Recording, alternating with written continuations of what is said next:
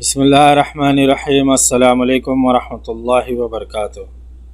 40,000 انسانوں کی بھگدڑ، ایسا بے قابو سیلاب تھا جو اپنے سالاروں کو بھی اپنے ساتھ بہا لے گیا۔ یہاں تک کہ سالار اعلیٰ ماہان جو ابھی میدان نہیں چھوڑنا چاہتا تھا، اپنے محافظوں سمیت اس سیلاب کی لپیٹ میں آ گیا اور بہتا چلا گیا۔ یہ کامیابی خالد بن ولید رضی اللہ عنہ کی عسکری دانش کا حاصل تھی۔ انہوں نے دشمن کے پیادوں کو سواروں کی مدد سے محروم کر دیا تھا اور سواروں سے پیادوں پر حلہ بول دیا تھا۔ خالد بن ولید رضی اللہ عنہ کے آگے بڑھنے کا رخ ماہان اور اس کے 2,000 سوار محافظوں کی طرف تھا۔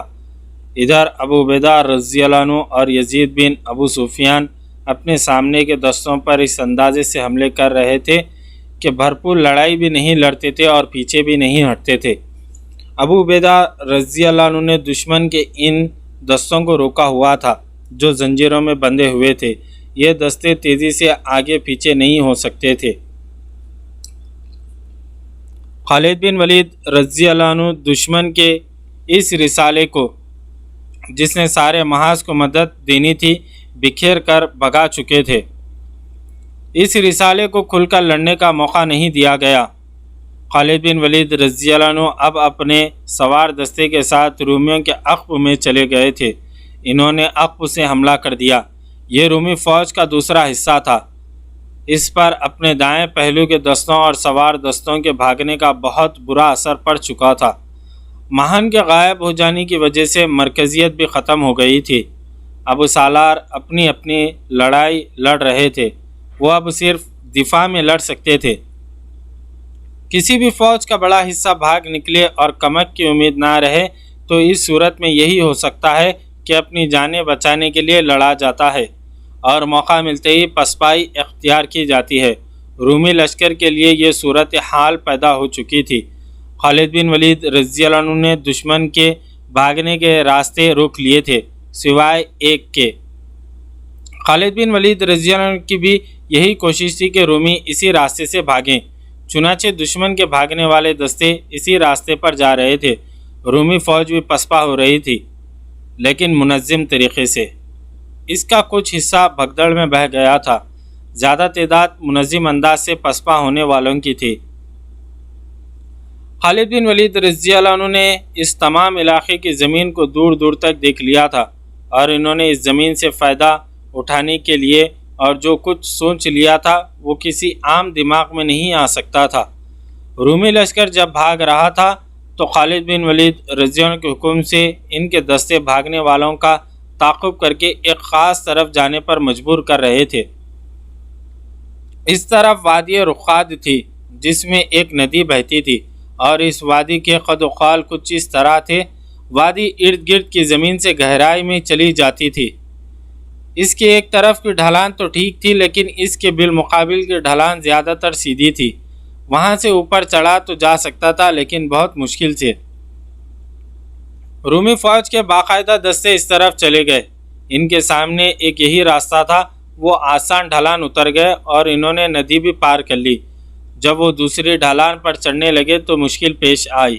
آہستہ آہستہ وہ اوپر چلے گئے۔ اچانک اوپر سے نعرے بلند ہوئے اور للکار سنائی دی۔ نعرہ لگانے والے مسلمان سوار تھے اور ان کے سالار زرار بن الزور تھے۔ ان کا جسم ناف کے اوپر سے ننگا تھا۔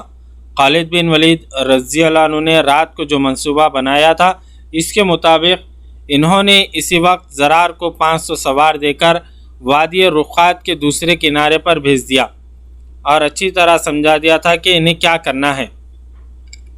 خالد بن ولید رضی اللہ عنہ نے جیسا سوچا تھا ویسا ہی ہوا۔ رومی فوج کی دراصل کوشش یہی تھی کہ تعاقب میں جو مسلمان آ رہے ہیں ان سے بہت فاصلہ رکھا جائے،